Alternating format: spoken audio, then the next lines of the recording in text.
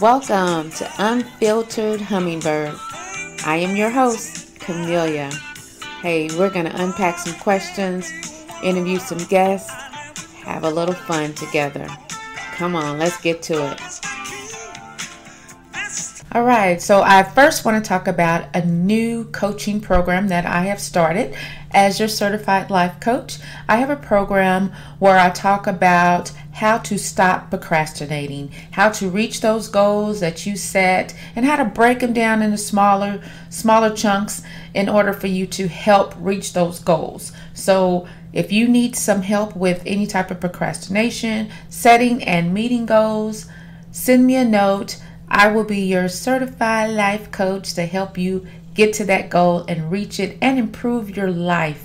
So we're going to talk about some summer love, some just instructions on how to live life. And this is just going to be one of the examples. I heard a pastor at Trinity Church say that a father creates an echo. He described an echo chamber in comparison to what a father's role is. Now, when I looked it up, an echo chamber is an environment which a person encounters only beliefs or opinions that coincide with their own. So think of it like a child is in an echo chamber, that they encounter their father's beliefs and opinions. And I want to say fathers and mothers' beliefs and opinions. So think about your family. So in my house when I was growing up, Saturdays were your spring cleaning days. Anybody have those spring cleaning days where you wake up at the top of the morning, early in the morning, and it was all about washing dishes, sweeping floors, mopping the floor, and the baseboards. Remember, we used to have to wash those baseboards. And then cleaning at my grandmother's. Oh my goodness, that included dusting off all of the whatnots that she had on every counter table, end table, and then the curio cabinet. Did your grandmothers have curio cabinets? Did you have the whatnots? We had to dust those off and we had to put them back exactly as she had them. And my grandmother is so keen. She knew exactly where she had every whatnot. She knew their place. And we had to know their place as well after we dusted. On the great thing about that spring cleaning though, when we did spring cleaning over my grandmother's, after you clean, she took you shopping. Not so at my mom's. Spring cleaning at my mom's was like, that's what you're supposed to be doing. So there was some reward when you did the spring cleaning at my grandmother's. So anyway, back to the echo chamber. So if the echo was every Saturday morning, you had these Saturday cleanings, what is something that happened in your house. So I'm going to throw another twist on it, is like a mother echo. So you had this echo of what went on in your house. Your faith, your belief, you went to church. We had Wednesday night service, we had Sunday school service, and then church service. That was part of what my mother instilled in us. You going to church. Don't go out on a Saturday or Friday night and then don't make it to church. No, that was not happening. She didn't care how you got to that church on Sunday, you got there. So even if you had to party all night and then get up that Sunday morning and get to that church, that's what she expected. So that was her echo, right? So another echo was school. It was expected that you go to school every day. We didn't have sick days. Now, me and my older sister, middle sister, there was no such thing as sick days. Now, my baby sister and my younger sister, they got away with, I don't feel good. No, we couldn't. You were going to school regardless. And that was the same way in my house as I raised my older daughter. You going to school. Yeah, you're okay. I would pray for her and then send her tail to school. What happens, for example, when you have several children in the house? It was 5 of us. 4 girls and a boy, my brother. So with several children in the house, think about the echo.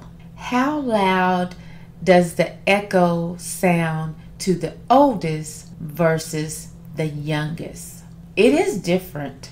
Think about it. If you have a younger sibling that's, like 10 or plus years younger than you, that younger sibling, think about it. They probably got away with a lot more things than you ever would have even thought of getting away with, right?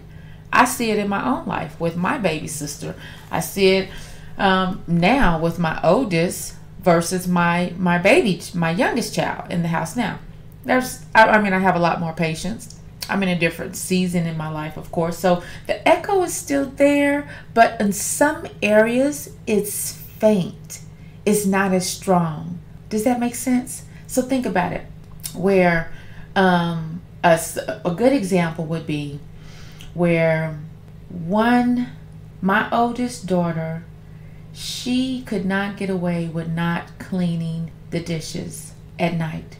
My baby daughter, to this day, sometimes she gets away with it.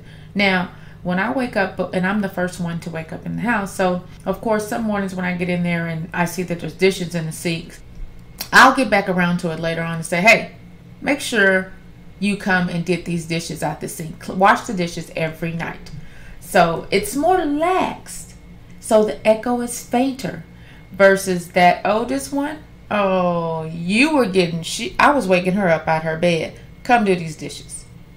So you see, the echo is the same, but it's a little softer for the younger one. For all those baby children, the children who were the last one out the house, you're probably like, yep, that's right. So think about that.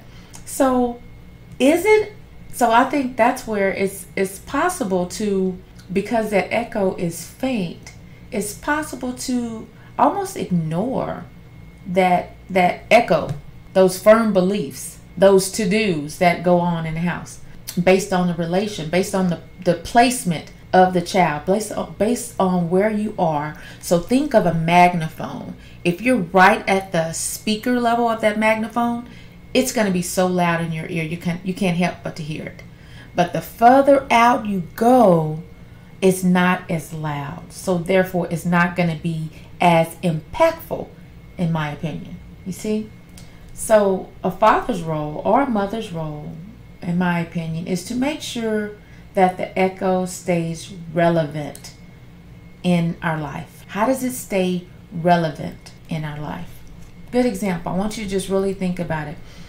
You have to be more intentional, right? So here are some of the tips that I want to give you to make sure that your echo, your wisdom, stays relevant, not only in your life, but your children's life or anyone that you mentor.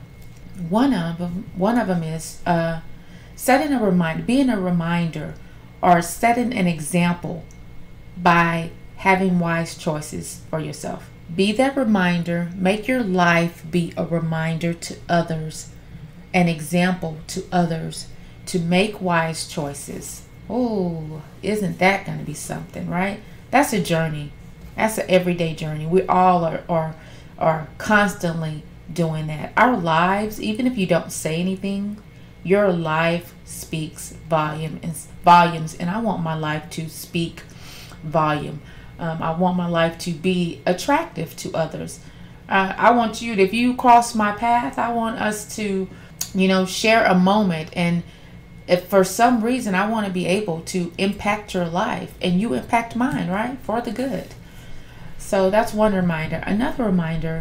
Another tip is for your echo to stay relevant is habitual contact. Your opportunity, sometimes they call it wellness checks, where you just intentionally make it a habit. Check up on people, check up on your family members, check up on your friends. That's intentional, where you make it as a habit. Okay? Another one is to be present in all moments. Present in all moments. You know how you could, this whole thing where we used to think that multitasking was a good thing. If you're multitasking, something is not being done efficiently. So when you're present, that means that if I'm talking to you, put your phone down, don't look at TV, give me eye contact to show me that you're interested and you're present and you understand what I'm saying. with a head nod, or maybe paraphrasing what I said back to you. These are examples of being present. So you're not distracted by, a notification that comes on your phone. You're giving me your undivided attention. That's being present in the moment. One example that I want to think about is when my oldest daughter was younger, I was more direct at the information and the instruction and the wisdom that I gave her. Ashley, you need to do this.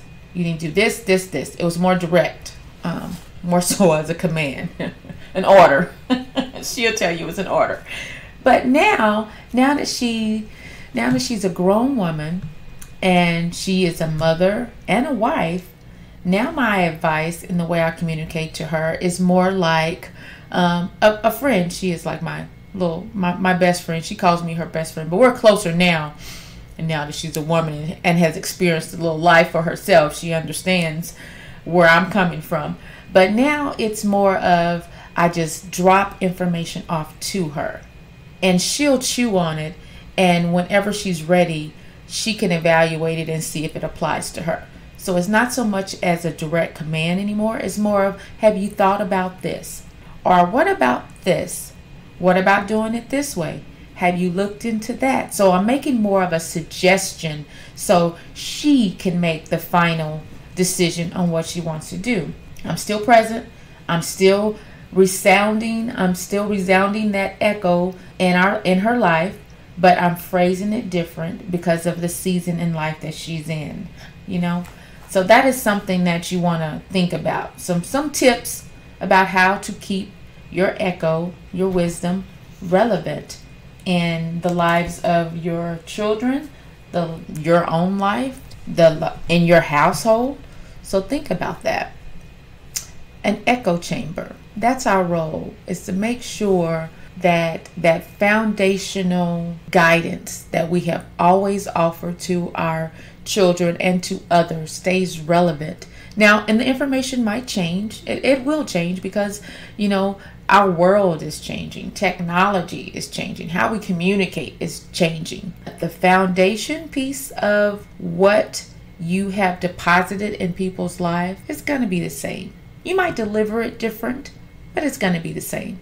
It's just like saying at one point, and I'm a firm believer that if you love somebody, say I love you. Sometimes just hearing I love you makes a humongous difference. And then there's other times when you can send a text, I love you, or thinking about you. Or instead of sending a text or calling, maybe a drop by. Maybe. I don't know. It depends. If you like drop by, some people are like, call me before you just pop up at my house, because we don't do pop-ups. I like order. So I hope this has helped you. Until next time. All right, listeners, hot off the presses, we're going to have a sub podcast. It's going to be called Yin Yang Maybe. And I will be your guest hostess, Unfiltered Hummingbird with Camellia. And of course, drum roll, we're going to have the Jennifer Experience. All right, we're going to have our first episode that will be recorded and released to you live on June 30th, 2023. And it's going to be at 6 p.m.-ish Central Time.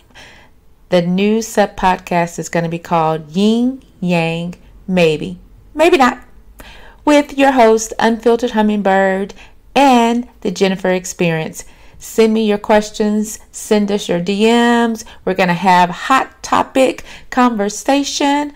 Can't wait to hear you. All right. That's all we have for today. Join me next time on Unfiltered Hummingbird. I am your host, Camellia. Until then, have a blessed day.